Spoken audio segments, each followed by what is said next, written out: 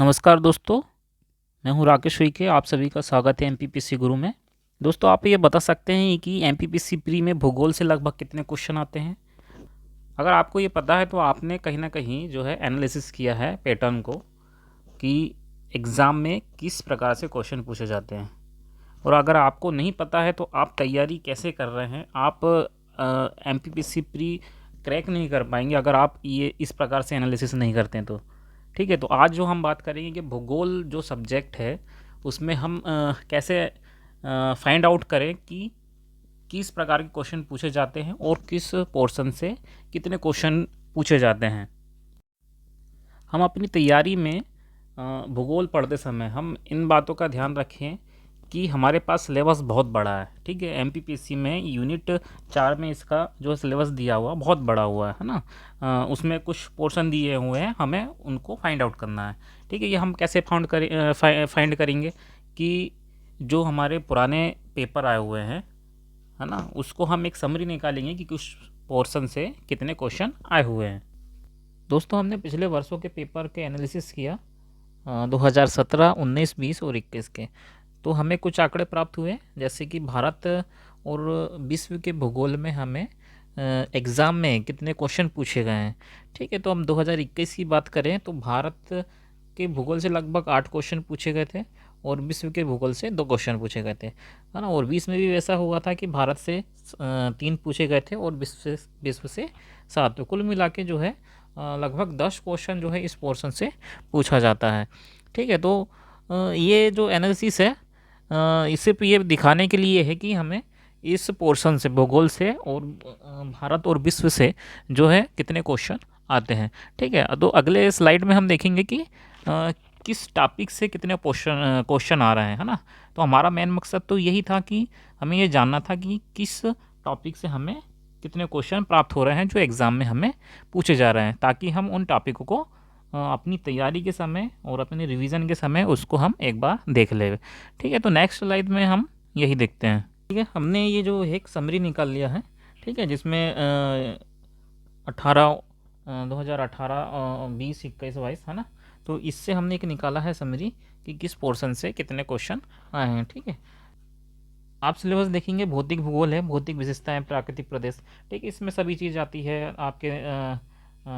आपकी संरचना कैसी है, भूगोल की संरचना कैसी है, गोंडवाना लैंड, और ये सभी तमाम प्रकार के जो शुरुआती जो दौर है ना पृथ्वी के निर्माण का, वो पूरा जो है इसी समय आता है। भारत की जो विशेषताएं जो जिससे डेवलप हुई हैं, प्रायद्वीपीय पठार, वो पूरी जो है इसमें आती हैं। ये बहुत बड़ा पोर्शन है। ठीक है, तो इससे जो है आपके क्वेश्चन बहुत कम आते हैं। ठीक है, और प्राकृतिक संसाधन है ना, वन खनिज संपदा, जल, कृषि, वन्यजीव अभ्यारण्य, इससे क्वेश्चन आते हैं। ठीक है, तो ये हमें इसी में देख रहे हैं, जैसे खनिज है, कृषि है ना। खनिज, तो जैसे ये कृषि है, आर्थिक भूगोल, राष्ट्रीय धन परिवहन, है ना, सागर पर्वत, इन इसी प्रकार से क्वेश्चन आ रहे हैं ना। इसके अलावा आपने जो है पढ़े हैं सामाजिक भूगोल, जनसंख्या, है ना, इससे क्वेश्चन नहीं आए, है ना। तो हमारे पास जो टॉपिक निकल के आए हैं जो है कि 1 2 3 4 5 6 7, है ना, 7 टॉपिक जो है निकल के आए हैं, जो कि हमें भूगोल की तैयारी के लिए, है ना, भारत और विश्व के भूगोल के लिए तैयारी के लिए करना है। ठीक है, और विश्व में देखेंगे तो विश्व में कृषि कृषि से पूछा है, नदियाँ, झील, सागर, महासागर जो है इनसे पूछा है, और पर्वत से अधिकतम क्वेश्चन आए। ठीक है, तो ये एक प्रकार से हमारे पास एक डाटा निकल के आ गया है कि हमें ये टॉपिकों को पढ़ना है। ठीक है, तो हम इसके बाद हम पेपर देख लेते हैं कि किस प्रकार के पेपर जो है आए हैं, है ना, जिससे जो हमारा जो आंकड़ा निकला है वो किस प्रकार के क्वेश्चन पूछे गए हैं। दोस्तों, ये पेपर की कटिंग है, तो इसको हम जो है एनालिसिस करते हैं कि क्वेश्चन जो है कैसे पूछे गए हैं और उसका लेवल क्या है ना। तो हमारी तैयारी किस लेवल से होनी चाहिए, इससे हमें पता चल जाएगा। प्रश्न है, मिजोरम में स्थित फावांग पुई राष्ट्रीय उद्यान को किस अन्य नाम से जाना जाता है। ठीक है, तो इसमें जो 4 ऑप्शन दिए हैं, ठीक है, तो उपनाम जानना है तो ये आप क्वेश्चन देख सकते हैं। ठीक है, और दूसरा क्वेश्चन जैसे है, हुदहुद चक्रवात से भारत का निम्नलिखित में से कौन सा तटीय क्षेत्र प्रभावित हुआ। ठीक है, तो अब ये 4 ऑप्शन दिए हैं, कौन सा तटीय क्षेत्र है, तो ये जो है महासागर वाले क्वेश्चन से इसको लिया गया है। ठीक है, जलाशय चंबल नदी पर जाना है तो ये नदी वाला क्वेश्चन है ना। पोत, सबसे बड़ा पोत प्रांगण कहाँ है, ठीक है। और आप देखोगे मध्य प्रदेश की ये अच्छा, ये मध्य प्रदेश वाला पोर्शन, इसको हम नहीं ले रहे हैं, ठीक है। दूसरा क्वेश्चन देख लेते हैं हम।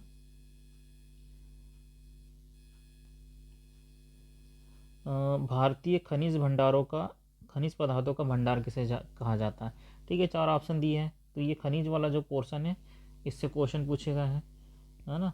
और ये जो है गेहूं से उत्पादन से, तो ये कृषि से संबंधित क्वेश्चन है। ये पर्वत से संबंधित क्वेश्चन है ना। और अच्छा, पर्वत कैसे है, पर्वत शिखर और किस महाद्वीप से, है ना। सुमेलित करना है, सुमेलित नहीं है ना। ये मैच वाला है ना।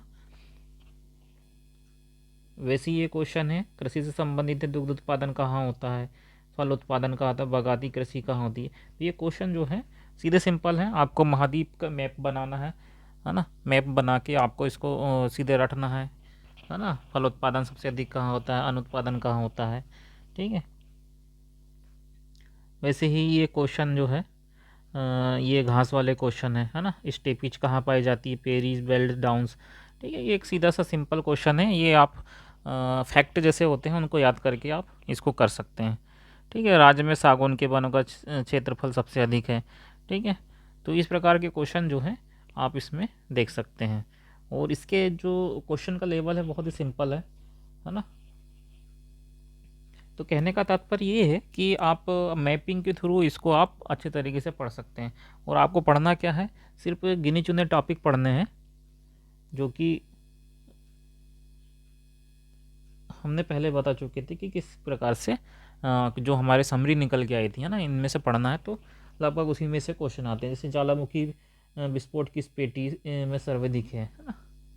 तो ये ज्वालामुखी आप पर्वत शिखर पढ़ेंगे और उसकी संरचना जो पढ़ेंगे, है ना, पहला जो चैप्टर है उसमें से आप निकल के आ जाएगा ये, ठीक है। पर्वत श्रेणी जैसे मार्क्वेट श्रेणी है ना। तो इसमें संयुक्त राज्य अमेरिका में मार्क्वेट श्रेणी किस खनिज के लिए विख्यात है, ठीक है। तो ये श्रेणी जब पढ़ेंगे तो उसमें आप 2-4 फैक्ट देख सकते हैं कि इस श्रेणी में ये खनिज है, उसके आजू बाजू झील है, कौन सा देश है। तो ये उस समय पढ़ते समय इसको आप कवर कर सकते हैं। अगला क्वेश्चन, किस नहर ने राजस्थान के पश्चिमी जिलों की कृषि संबंधित गतिविधियों को रूपांतरित कर दिया, ठीक है। तो ये जो आप झील है, नदी है, नहर है, उससे संबंधित क्वेश्चन है, ठीक है। अब ये नदी वाला है, नील नदी की निचली घाटी, सघन जनसंख्या वाले क्षेत्रों में कौन सा क्षेत्र कृषि पर प्रत्यक्ष रूप से निर्भर नहीं है, ठीक है। तो कृषि से संबंधित क्वेश्चन है। ये परिवहन से संबंधित क्वेश्चन है, ठीक है।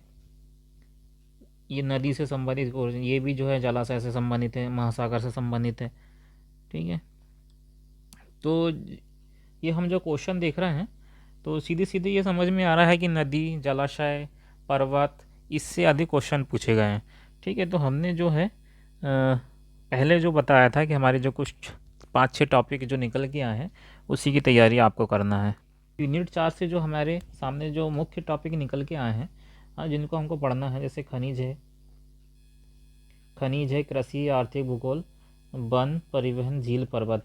जो लास्ट के जो हैं इनमें से भी हम कुछ छाट लेते तो इतने जो है हमको पढ़ना है। कृषि जो है उसका भी एक महत्व है, तो इनसे क्वेश्चन हमें आने ही आने हैं। तो हम ऐसे इतने बड़े सिलेबस में पहले इनको हम कवर कर लें, ठीक है। इसको पढ़ के हमें ख़त्म करना है, ठीक है। तो ये क्वेश्चन इसको हम पढ़ना ही पढ़ना है, इसी से क्वेश्चन आएंगे, है ना। अगर आपके 10 में से आपके 6 से 8 क्वेश्चन बन जाते हैं तो आप कम समय में इतना सवाल कर सकते हो, ठीक।